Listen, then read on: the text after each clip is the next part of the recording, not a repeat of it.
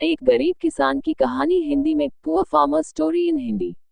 एक गांव में मोहन नाम का किसान रहता था। इस दुनिया में वह बहुत गरीब था। उसके पास एक बहुत छोटा खेत था।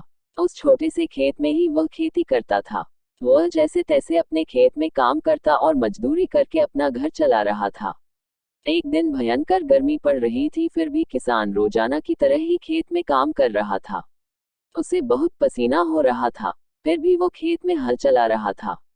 उस दौरान खेत में जुताई करते वक्त हल के नीचे से एक लकड़ी का बक्सा निकला। उस किसान ने धीरे से बक्से को निकाला। वह कुछ समझ नहीं पाया कि इस बक्से में क्या है। केवल उसने बक्से को उठाकर खेत के बाहर मेड़ पर रखा दिया। उसने देखा कि यह बक्सा खाली है, तो उसने अपनी दोपहर की रोटियां उसमें रख दी और वापस अपना काम करने लगा। थोड़ी देर बाद दोपहर में जब खाना खाने आया तो उसने देखा कि बक्से में बहुत सारी रोटियां थी। उस किसान को बहुत आश्चर्य हुआ। किसान ने सोचा कि ये तो जादुई बक्सा है।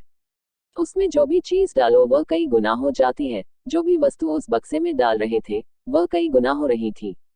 उसने दोपहर का भोजन किया और फिर हल चलाने लगा। जब शाम को घर आया तो बक्से को अपने साथ ले आया।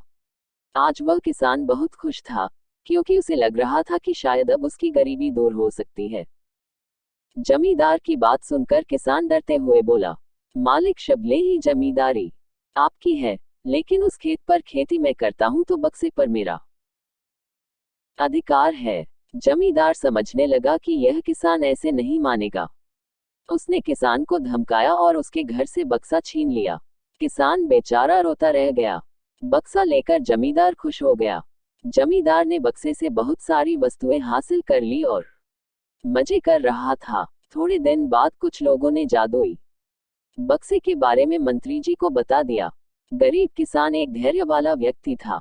कभी भी उस बक्से से जरूरत से ज्यादा सामान नहीं लेता था। कुछ दिनों बाद उस बक्से के बारे में गांव के जमींदार को पता चला। वह जमींदार एक लालची व्यक्ति था।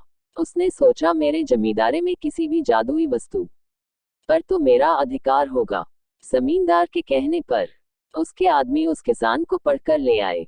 उस जमींदार ने किसको धमकाया और कहा कि तुम्हारा खेत मेरी जमींदारी का हिस्सा है, इसलिए उस बक्से पर मेरा अधिकार बनता है। पहली बार तो मंत्री जी ने ध्यान नहीं दिया, लेकिन वापस कुछ दिनों बाद उन्होंने अपने एक आदमी को भेजकर बक्से की सच्चाई के बारे में पता करवाया। जब उस मंत्री जी के आदमी को बक्से की सच्चाई पता लग गई, तब उसने मंत्री जी को जाकर बताया। मंत्री जी ने तुरंत जमींदार को बुलाया और कहा, तुम्हारे पास जो बक्सा है वह तुरंत मुझे दे दो। जमींदार ने मंत्री जी से हाथ जोड़कर निवेदन किया कि कृपया बक्सा मेरे पास ही रहने दीजिए, उस मेरा अधिकार है। लेकिन मंत्री जी ने एक नहीं मानी और कहा कि यदि तुम मुझे नहीं दोगे तो मैं तुम्हारी जमींदारी समाप्त करवा दूंगा। जमींदार ने डरकर बक्सा सौंप दिया। उस बक्से को प्राप्त करने के बाद मंत्री और भी मस्त हो गया। अब तो विरोधियों को मंत्री की शिकायत करने का एक और अच्छा मौका मिल गया। विरोधियों ने मंत्री की शिकायत के साथ साथ बक्से की बात भी राजा को बता दी। राजा को जब पता चला कि यह बक्सा किसी गरीब किसान के खेत से मिला है, तब राजा तुरंत अपने सेनापति के साथ मंत्री के घर गया और मंत्री से कहा, पूरे देश की जमीन पर राजा का अधिकार होता है, इसलिए उस बक्से पर मेरा अधिकार है। तुरंत बक्सा राजमहल भिजवा दो। मंत्री ने तुरंत राजा की बात मान ली और सेनापति को बक्सा दिया। उस राजा ने बक्से से सबसे पहले खजाने के धन को बढ़ाया और सुख सुविधाएं बढ़ाई।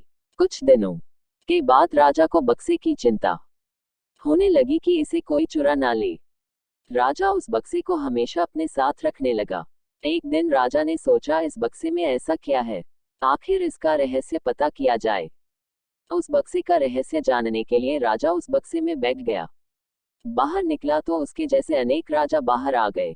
लोग नहीं पहचान पा रहे थे कि असली राजा कौन है। सभी राजा राज्य करने के लिए आपस में लड़ने लगे। बात किसान को पता चली तो वह बहुत दुखी हुआ। उसने स्वयं को कोसा और विचार किया कि अगर मैं उस बक्से को जमीन में गाड़कर रख देता तो बहुत अच्छा होता। सारांश। आज के इस लेख हमने आपको एक गरीब किसान की कहानी हिंदी बताई है। हमें उम्मीद है आपको ये कहानी अच्छी लगी होगी।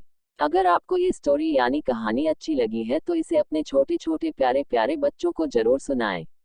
इसके साथ ही अगर आप इसी तरह की शिक्षाप्रद, मजेदार, रोमांचक और हास्यप्रद कहानियां पढ़ना चाहते हैं तो हमारे इस लेख स्टोरी हिंदी पर आते रहे हैं और मजेदार कहानियों का लुत्फ उठाते रहे।